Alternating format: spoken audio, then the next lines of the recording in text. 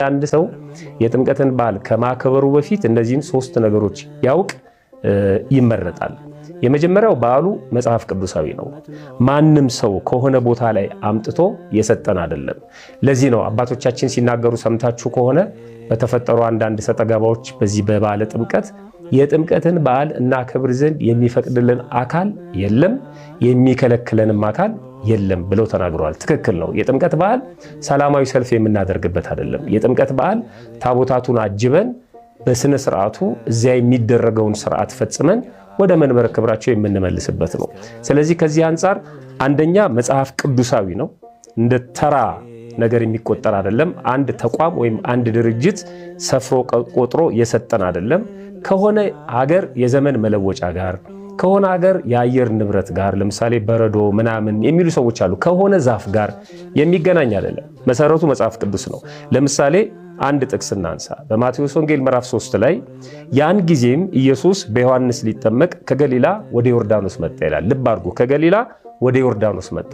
ታቦታቱም ከመንበረ ክብራቸው ወደ ጥምቀተ ባህር የሚሄዱት ይህንን ምክንያት አድርጋ ነው። ቤተክርስቲያን ጉዞ አድርጓል። ክርስቶስ የመጣው ከገሊላ ነው፣ የተገኘው ደግሞ ዮርዳኖስ ነው።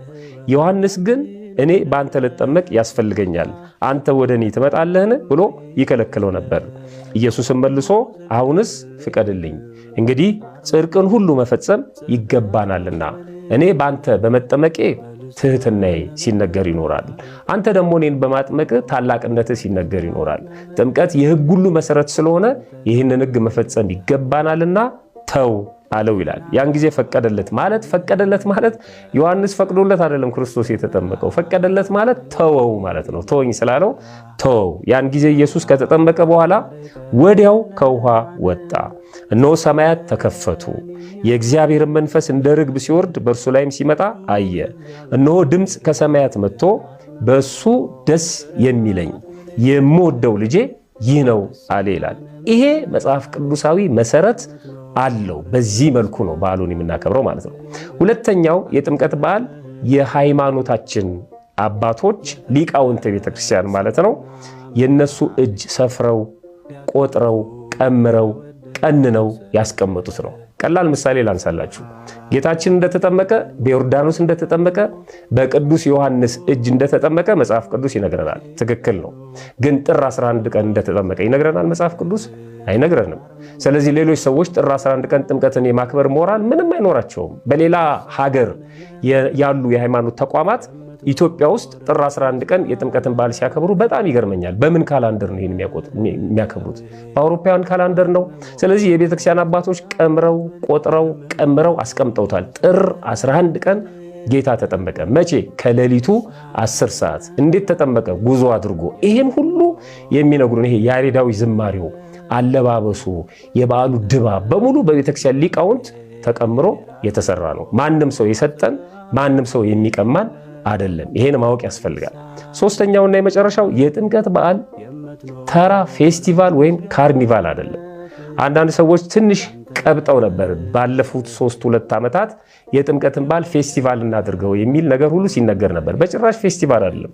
ፌስቲቫል ወይም ካርኒቫል ገንዘብህን፣ ጊዜህን፣ ጉልበትህን መስዋዕት አድርገህ ሜዳ ላይ ጮኸ ደንሰ ጨፍረ የምትገባበት ነው። የሙት በዓል ነው የምትለው ቤተክርስቲያን ይሄንን። ይሄኛው ግን መንፈሳዊ በዓል ሕያው በዓል ነው። ምን ማለት ነው? ይሄ ማለት በዓሉን ስናከብር ስመ እግዚአብሔርን ነው የምንጠራው። በዓሉን ስናከብር ቃለ እግዚአብሔር ነው የምንናገረው። በተናገርነው ቃለ እግዚአብሔር በዘመርነው ዝማሬ ልክ የምናገኘው ዋጋ አለ ማለት ነው። ቤተክርስቲያን ውጪ ውላ ውጪ የምታድርበት በዓል ነው። ስርዓተ ቅዳሴው አለ፣ ማህሌቱ አለ፣ ሰዓታቱ አለ፣ ቅዱስ ሥጋው ክቡር ደሙ ይፈተታል፣ የቅዳሴ ጠበሉ አለ፣ ቡራኬው አለ፣ ወንጌል ይነበባል። ይሄን ሁሉ አፍሰን የምንገባበት ነው። ሕያው በዓል ሕያው ሆኖ ሕይወት የሚሰጥ በረከተ ሥጋ በረከተ ነፍስ የምናገኝበት በዓል ነው። በቅርስነት ተመዝግቧል ተብሏል። ምንም ይሄ ለኢትዮጵያ ቤተክርስቲያን ብርቋ ድንቋ አይደለም። በቅርስነት እንዲመዘገብ አይደለም የምንሰራው በነገራችን ላይ ማለት ነው። በቅርስነት ሲመዘገብ ይሄ እንደ አንድ ቅርስ አገልግሎት መስጠት አቁሞ እድሜ ቆጥሮ ሰዎች እንደሚጎበኙት አይደለም። ይሄ ሕያው በዓል ነው። ለራሳቸው ሲሉ የመዘገቡት ለራሳቸው ሴፍቲ ነው የመዘገቡት እንጂ ለኢትዮጵያ ምንም አይደለም። ከክርስትና እምነት አንጻር ስንመለከተው ምን